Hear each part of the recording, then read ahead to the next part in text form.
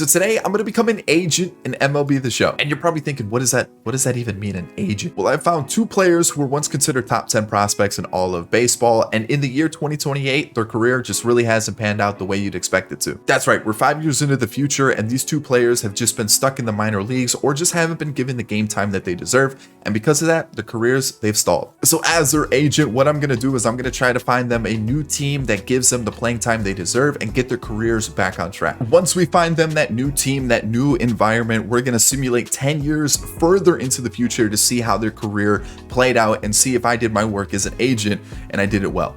We'll have to wait and see. So with that being said, let's highlight the very first player that we're going to talk about. Before we get further into the video, I wanted to give a shout out to the original creator for this idea. It's a Football Manager creator called Second Yellow Card. I'll leave a link to his channel in the pinned comment down below, but I figured I'd give him a shout out because it is his idea. So the first player I want to highlight is Marte, who's currently 26 years old and 82 overall. Back in 2021, Fangraphs had him as the 8th best prospect in all of baseball. He was also with the Seattle Mariners at that time before the Luis Castillo trade. He has trickled down the list quite a bit since then.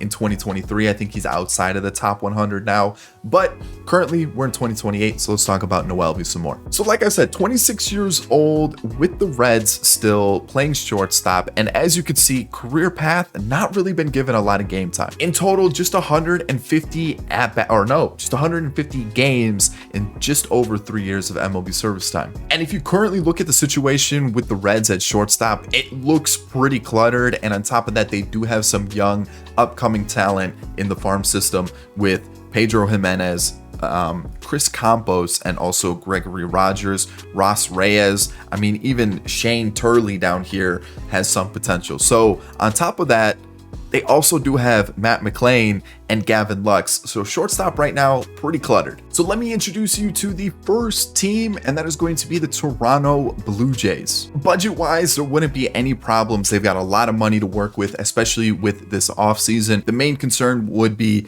can you bring back Elly De La Cruz? So let's talk about the roster, because I feel like, one, they could bring back Elly De La Cruz and kind of build on this team. First of all, the shortstop position would be totally Marte's from day one, just because Rodolfo Castro is currently the starter and no other player has higher than C potential. So right away, shortstop, no problem. And when you look at the team as a whole, it doesn't look that great, and they are a little bit more of a project, but they do have some okay pitching, and they do have some okay young players. You've got Elly De La Cruz. Ian Happ may not be the youngest, but he's still a decent hitter in the squad. Dalton Varsho in center field. On top of that, Drew Gilbert with B potential is still fairly young in the sim. And again, like, they don't have the greatest of team, but with that available money, I feel like this team would be able to turn it around pretty quickly. So yes, it would be a project, and it may not be the best situation to put Noelvi Marte in, but it would guarantee him game time, and that is definitely something he would be looking for. So now let's look at the second team, and that's going to be the Seattle Mariners. Budget-wise, a very similar situation to the Blue Jays, so not only would they be able to pay Marte once he becomes a free agent,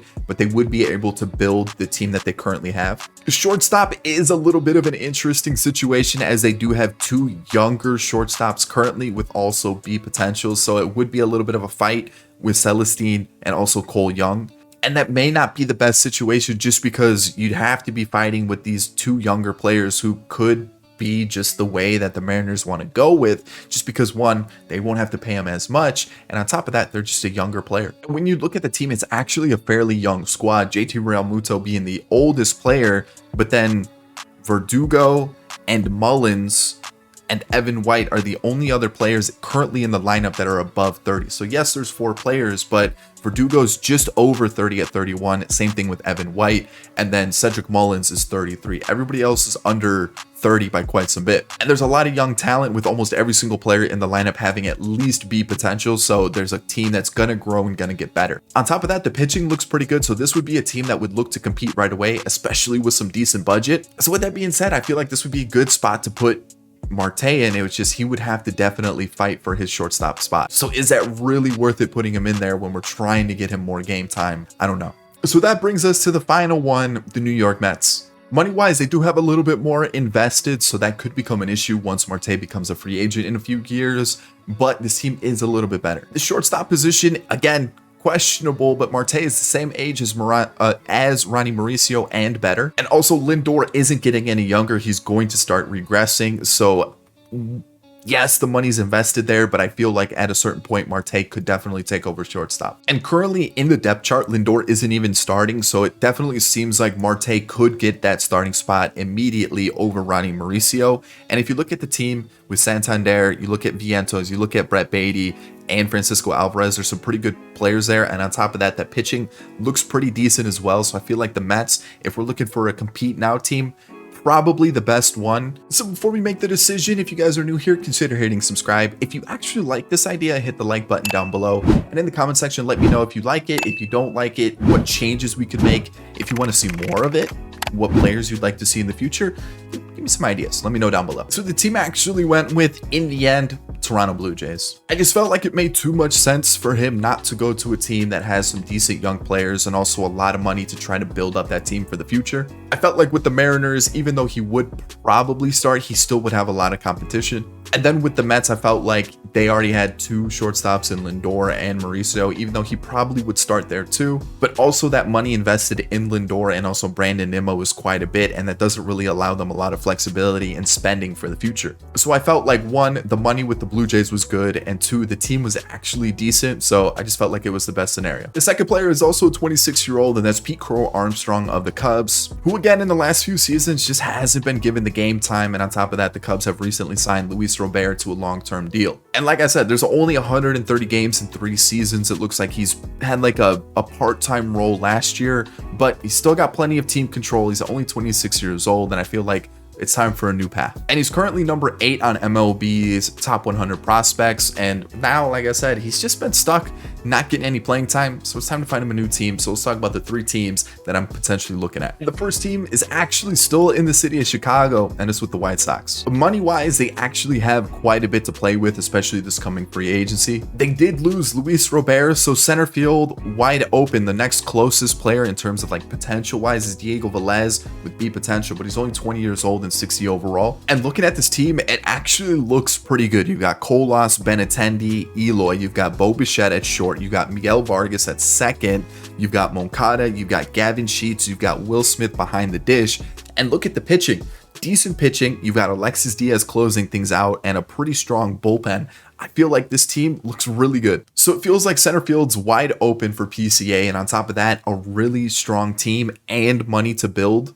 I feel like this is a perfect scenario. So let's talk about team number 2. We're headed to the West Coast to talk about the San Francisco Giants, who, when you look at the team, do have a little bit of money committed to certain players like Kyle Tucker, Trevor Rogers, Kyle Harrison, Eric Lauer, Ahmed Rosario, but again, they do still have a little bit of money to play with. Center field would be a little bit of competition with Grant McRae, and if you look at the other spots, Teoscar, Kyle Tucker, and Rainer Arias, outfield is a little cluttered, but I feel like he could definitely compete with McRae, but there still would be some competition.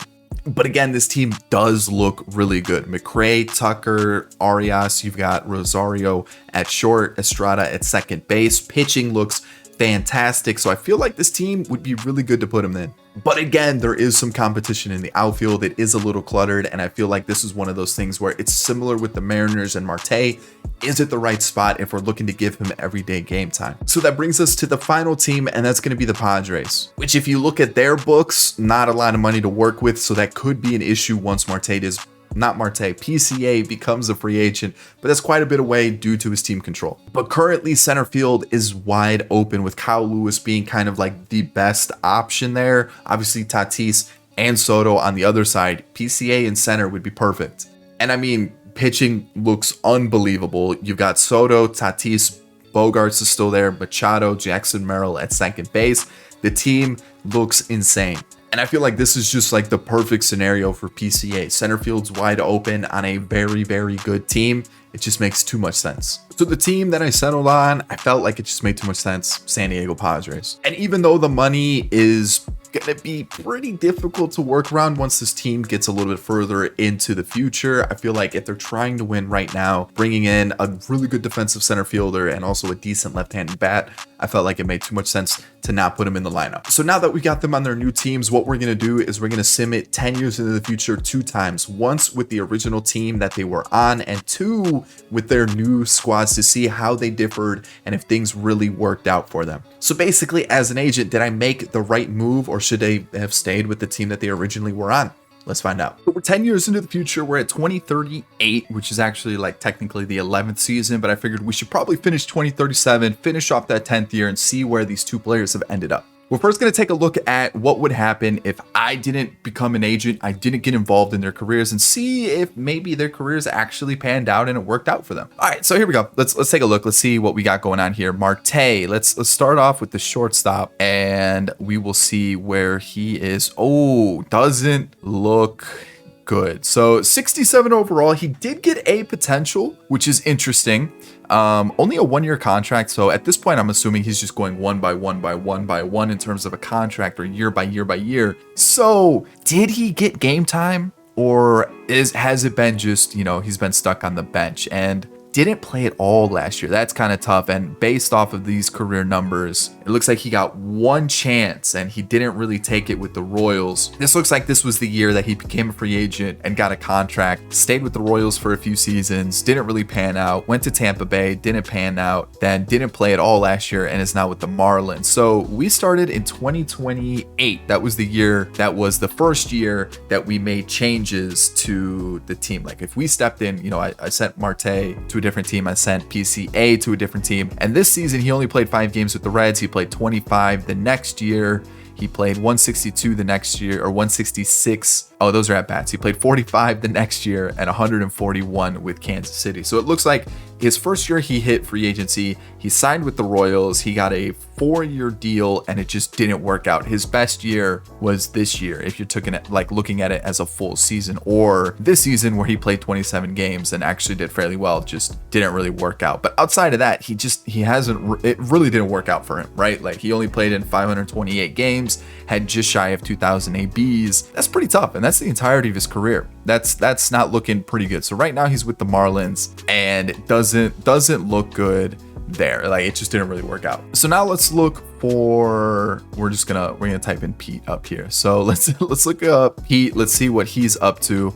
He went to the Padres. Oh, okay.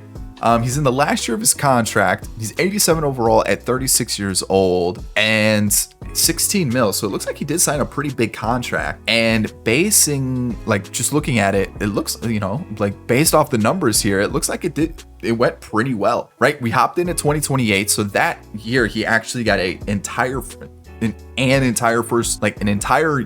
season. An entire season. He got an entire season and 162 games, 15 home runs, 117 hits, hit 242 with a 744 OPS. So not great. It looks like the next year he got half a season. So maybe they brought in a new player. And then after that, it looked like he was a mainstay in the lineup. So it looks like it went pretty well. He was doing well. He hit 311 in 2031, 2032, 274. And then he signed with the Padres on, it looks like a pretty long-term deal, 6-year deal that we saw from the contract stat. Right here, it says year 6 of 6. So he actually, it played out pretty well for him, just needed a little bit more time. He got a couple years with the Cubs. He got 1, 2, 3, 4, 5 with the Cubs, and then went to the Padres and had some pretty good seasons, 946 OPS in 2036. Yeah, that's pretty good. So overall, so far, 1,700 hits, 215 home runs. He's hitting at 286 with an 832 OPS.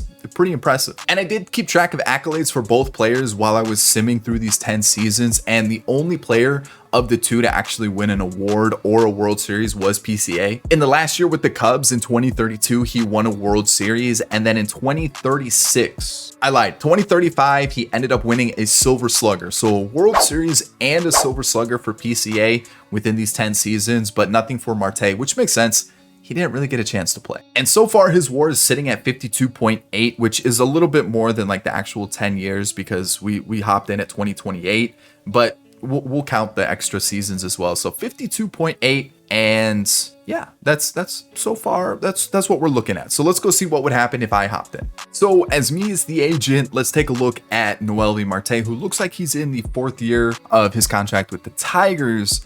And 36 years old, a potential, 86 overall. So he's held his rating. And like I said, he's in his 4th year of his contract. So it looks like he's been here for a little bit. So if this is year 4, 3, 2, 1, it looks like this is the 2nd round with the Tigers. So he's been here for a little bit. And basing it off this, it looks like he's been a starter for quite some time. And so 2028, he started with the Blue Jays. didn't really have the best of years, and which may explain why he only played 66 games the next year, but he did have a really strong season.